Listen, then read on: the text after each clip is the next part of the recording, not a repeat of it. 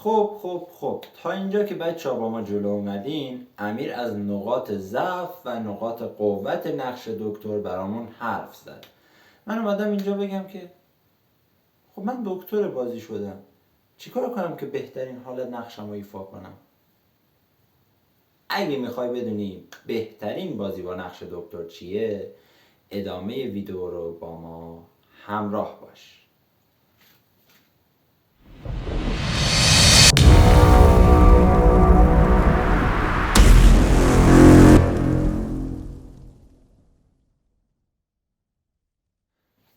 سلام دوستان، به نام خداوندی که استعلام صحیح یکمون رو داره. یکمون امیدتونم برگشتم با توضیح بهترین حالت ایفای نقش دکتر. خب بچه ها، همیشه بهترین حالت ایفای نقش برمیگرده به ویژگی های اون نقش. این دکتره اومده که سیو بده تا اون شخصی که گادفادر قرار شلیک کنه از بازی خارج نشه و بمونه توی بازی. خب پس چندین حالتهای مختلف داریم. اول از همه بهتون بگم فکت روز و اکت شب در هم آمیخته بود. خب پس دکتر اولین کاری که باید بکنه توی روز مافیاهای خودش رو پیدا کنه، تشخیص بده که چه کسایی مافیای بازی هن.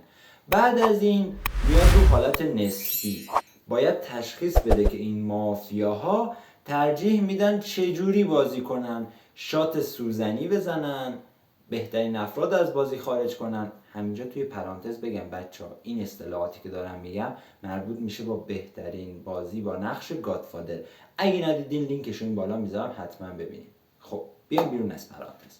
پس باید مافیاهاشو پیدا کنه، ببینه که مافیاهای خودش چه جوری تصمیم میگیرن. تصمیم میگیرن که یک فردی که تو سایه نشسته رو شات کنن، یا تصمیم میگیرن بهترین بازیکن بازی رو شات کنن. دکتر باید سعی کنه اون شخص رو سیو بده. خب میریم سراغ نکته بعدی. اول از همه دکتر یک نقش خیلی مهم توی شهره. درسته؟ پس از این قضیه نتیجه میگیریم که دکتر باید توی بازی بمونه. پس توی سیف های اولیه‌ای که دکتر میتونه بده، بهتره که خودش رو سیو بده، چون وجودش توی شهر به درد بخوره. و اگه دکتر مثلا شب یک خودش رو سیو نده، بره اشخاص دیگه ای رو سیو بده و خب مافیاها به دکتر شلیک کنن و دکتر از بازی خارج بشه، دیگه عملا هیچ کس مقابل شات گادفادر نمیتونه ایستادگی کنه و هر شب پیت پیت پیت پیت شهروند انداختیم بیرون. درسته؟ اما نکته بعدی که میخوام براتون بگم چیه بچه؟ خب آره، توی این داستانی که گفتم دکتر باید خودش رو تو بازی نگه داره، باید دقت کنه کجا خودش رو سیو بده. مثلا شب مافیا دکتر خودش رو یه بار کلا میتونه سیو بده، پس باید خیلی دقت کنه کجا از اون یک سیوش برای خودش استفاده کنه. اگه دید توی روز با مافیاها گلاویز شده، مافیاها خیرش رو چسبیدن، خب خوبه که خودش رو سیو بده تا یه وقت با خودش شلیک نکنن. اگه دید توی روز مافیاها دارن باهاش بازی میکنن، خب احتمال این که دکتر رو بدن بیرون کمه توی شب. پس یک نکته توی پرانتز دوم، اگه شهروند شدین توی روز با مافیا بازی کردن، بچه بد نیستش، حداقل از شات شب مافیا شما رو در امان نگه میداره. این از این. اما میریم سراغ نکته دوم.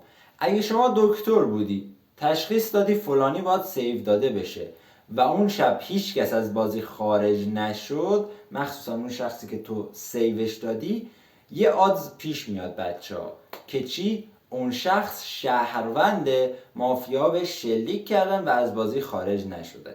البته دارم میگم این یه آدز بچه ها، چون احتمال داره یه اشخاصی داریم به نام نامیره های شب که اسمشون رو نمیارم، توی ویدیوهای خودشون نشون میدم که گادفادر اگه به اونا شلیک کنه خب از بازی خارج نمیشه. دومین احتمال اینه که گادفادر واسه کنسه دادن شلیک نکرده. آره، پس آدزش چیه؟ اگه که شما دکتر بودید، یک نفر رو سیو دادید و از بازی خارج نشد، میتونید آدز شهروند بودن رو اون فرد بذارید و باهاش بازی کنید. این از این. اما دکتر بودید این اتفاق افتاد، بچه ها دقت کنید، به هیچ عنوان نباید گرا بدین که شما دکترین و فلانی رو سیو دادین. به محض اینکه شما یک کلمه کوچیک بگین مافیا تشخیص میدن شما دکترین. حالا یه سری از نقشا دارن که میتونه به شما حمله کنه، میتونن توی شب مورد اصابت گلوله گادفادر قرارتون بدن و الی آخر. خلاصه پس توی روز با نقشتون بازی نکنید. این بود بهترین ایفای نقش دکتر. دوستتون دارم، تا ویدیوهای بعدی منتظر ما باشید.